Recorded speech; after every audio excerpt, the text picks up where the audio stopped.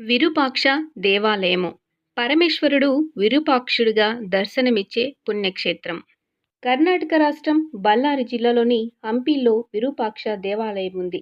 ఈ ఆలయాన్ని విజయనగర రాజులు నిర్మించారు. దేశంలోని అత్యద్భుత నిర్మాణాలలో ఒకటిగా భావించే విరూపాక్ష దేవాలయము పరమేశ్వరుడు యొక్క నిలయంగా భావిస్తారు. ఈ ఆలయాన్ని 7వ శతాబ్దంలో చాళుక్యులు నిర్మించారు. ఆ తరువాత హోయసల రాజులు ఈ ఆలయాన్ని పోషించారు. విజయనగర రాజులు ఈ ఆలయాన్ని అద్భుతంగా తీర్చిదిద్దారు. శ్రీకృష్ణ దేవరాయలు కూడా దీనికి మరింత సొగబులు దిద్దారు. అయితే ఇక్కడ కనిపించేటువంటి వింతలు ఇప్పటికీ మిస్టరీగానే మిగిలాయి. చివరికి బ్రిటిష్ పాలకులు సైతము ఇక్కడి కట్టడాలలోని వింతల వెనుక ఉన్నటువంటి రహస్యాన్ని తెలుసుకునే ప్రయత్నం చేసి విఫలమయ్యారు. మరి ఆలయం యొక్క ప్రత్యేకతలు ఏమిటో ఈ వీడియోలో తెలుసుకుందాం. విరూపాక్ష ఆలయ రాజగోపురము 11 అంతస్తులుగా నిర్మితమైంది. ముఖమండపంపై అద్భుతమైన పెయింటింగ్స్ ఉన్నాయి. ఈ ఆలయంలో స్వామి ఉగ్రరూపుడు, అందువల్ల ముఖమండపం నుంచి గర్భాలయానికి దారి లేదు. అద్భుత నిర్మాణాలలో ఇది ఒకటి. విరూపాక్ష దేవాలయానికి 3 గోపురాలు ఉన్నాయి. తూర్పు గోపురము 160 అడుగుల ఎత్తుతో 9 అంతస్తులుగా నిర్మితమైంది. ఇది 15 శతాబ్దం నాటిది. దీనిని 16వ శతాబ్దంలో కృష్ణదేవరాయలు నిర్మించాడు. విరూపాక్ష ఆలయం లోపల గోడ మీద 6 అడుగుల సన్నటి చీలిక ఉంటుంది. గర్భగుడి నీడ ఆలయం వెనుక వైపు తలకిందులుగా పడుతుంది. సూర్యోదయం నుండి ఉదయం 9 గంటల వరకు ఈ నీడ కనిపిస్తుంది. గోపురం నీడ ఎత్తు 15 అడుగులు ఉంటుంది. గోపురం ఎత్తు కూడా 15 అడుగుల ఎత్తు ఉండటము గమనార్హము. ఇలా జరగడానికి విరూపాక్ష స్వామి మహత్యమే కారణమని భక్తులు నమ్ముతూ ఉంటారు. నాటి వాస్తు శిల్పుల మేధస్సుకు తార్కాణమని ఇదొక అద్భుత దృశ్యంగా చెప్పవచ్చు.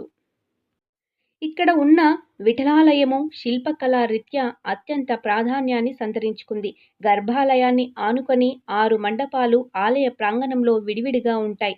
ఇక్కడే ఉన్న సంగీత స్తంభాల మండపంలో 56 స్తంభాలున్నాయి. వీటిలోని 7 స్తంభాలను మీటితే సప్త స్వరాలు సరిగమలు వినిపించడము ఒక అద్భుతము. అందుకే ఈ స్తంభాలను సరిగమ స్తంభాలు అని కూడా అంటారు. విరూపాక్ష ఆలయంలో ఇది ఒక అద్భుతము. ఆ కాలంలో ఇలా రాయిలో సప్త స్వరాలు వచ్చేలా ఎలాంటి టెక్నాలజీ వాడారనేది ఇప్పటికీ కూడా ఎవరికీ అంతుపట్టని విషయము. భారతదేశ బ్రిటిష్ పాలకులు కూడా సంగీత స్తంభాల వెనుక ఉన్నటువంటి రహస్యాన్ని కనుక్కోవాలని భావించి 2 స్తంభాలను పగలగొట్టారు. వాటిలో ఏమీ లేకపోవడం చూసి ఆశ్చర్యపోయారు. విరూపాక్ష ఆలయంలో ఇంకొక విశేషం ఏంటంటే ఉగాది సమయంలో వచ్చే పాడ్యమి నాడు సూర్యకిరణాలు గర్భగుడిలో ఉన్న శివలింగం మీద పడతాయి.